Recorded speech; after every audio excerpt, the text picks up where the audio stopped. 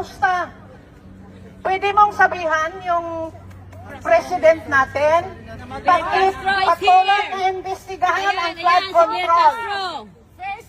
Ang flood control, ibalik ang pera.